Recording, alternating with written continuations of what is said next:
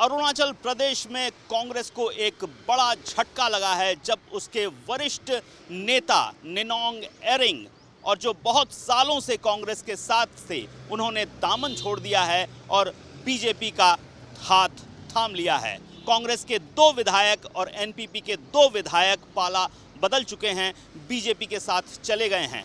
ऐसे में कांग्रेस के पास पहले से सिर्फ 4 सीट थी, अब मुश्किल से 2 सीट रह गई है और विधानसभा के आंकड़ों की अगर बात करें तो कुल 60 सीटें हैं अरुणाचल प्रदेश में और इस बार लोकसभा चुनाव के साथ ही विधानसभा का चुनाव भी होना है। और ठीक चुनाव से पहले इस तरह 2 बड़े नेताओं का कांग्रेस छोड़कर बीजेपी में चला जाना एक बड़ा झटका है कांग्रेस को। और जब निनोंग एरिंग जैसे नेता जो इसलिए भी मशहूर हैं कि उनके पिता बहुत ख़ास रहे हैं कांग्रेस के नेता, ऐसे में उनका चले जाना एक बड़ा धक्का है।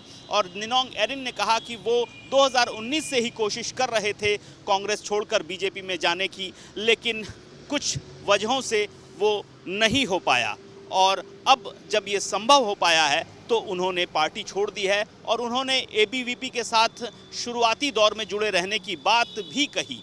तो ऐसे में चुनावी समीकरण जो है अरुणाचल प्रदेश में बिल्कुल भी बीजेपी के पक्ष में हो गए हैं।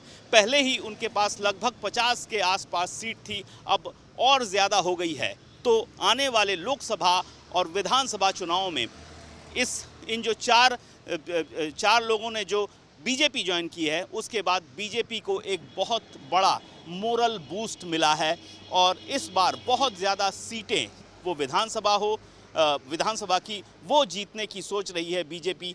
पेमा खांडू के नेतृत्व में इस बार पूरी तरह से आगे बढ़ने को तैयार है अरुणाचल प्रदेश में बीजेपी।